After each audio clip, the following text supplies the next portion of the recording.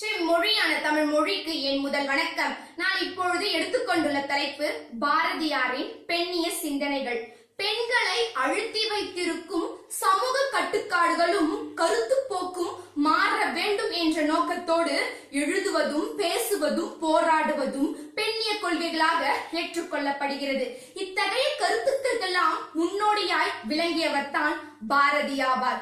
பாரதியார் என்பவர் அக்காலங்களில் பெண்கள் அடிமைகளாக இருந்து வந்தனர். பெண்கள் அடிமைகளாக இருந்து வந்ததற்கு அவர்களுடைய ஒழுக்க நெறிமுறையும் ஒரு காரணம் என்று சொல்லப்பட்டு வந்தது.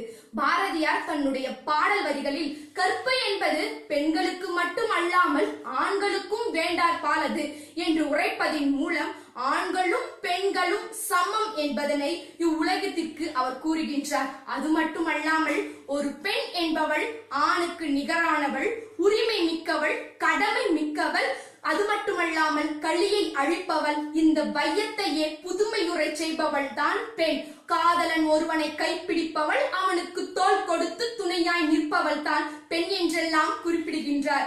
அது மட்டுமல்ல, பாரதியின் புதுமை பெண் என்பவள் அச்சம், நாணம், மடம், பயிர்ப்பு என அனைத்து பெண்ணிய குணங்களை தவிர்த்து அடுப்பூதும் பெண்களுக்கு படிப்பதற்கு என்ற வினாவிற்கு இன்று விடையாய் பட்டங்கள் ஆளவும் சட்டங்கள் செய்யவும் விரும்புபவர்கள் தான் பெண் என்று அந்த அளவிற்கு பெண்கள் உயர்ந்து விட்டார் என்று அவர் குறிப்பிடுகின்றார். அது மட்டுமல்ல, பெண்ணடிமை குறித்து வந்துகின்ற மறுப்புணர்வு அவரிடம் அக்காலத்திலிருந்தே வந்துள்ளது என்றே நாம் கூறலாம். அவருடைய பாடல் வரிகளில் பெண்களை பற்றி அழகாக குறிப்பிடுகின்றார். பெண்கள் விடுதலை கும்மி நூல் என்ற நூலிலும் பெண்களுடைய சிறப்புகளை பற்றி அவர் கூறுகின்றார். அது மட்டுமல்ல, பாரதியார் பெண்களை தெய்வமாகவே வைத்து வணங்கியவர் என்றே நாம் சொல்லலாம். அவர் பெண்களை இயற்கையோடு ஒப்பிட்டு கூறுகின்றார். ஒரு இயற்கை எவ்வாறு சமுதாயத்திற்கு பயன் அளிக்கின்றதோ அதுபோல ஒரு பெண் என்பவள் சமுதாயத்தின் உயர்ந்த பொருளாகவே கருதப்படுதல் வேண்டும். இந்த சமுதாயத்தில் புதிய தேடல் வளர்ச்சி எதுவென்றால் ஒரு பெண்ணின் கல்வி அறிவு மட்டுமே என்று அவர் குறிப்பிடுகின்றார். பெண்கள் அறிவை வளர்த்தால் இந்த பயம் பேதமை அற்றிடும் காணீர் என்று தன்னுடைய பாடல் வரிகளிலும் அவர் அழகாக குறிப்பிடுகின்றார்.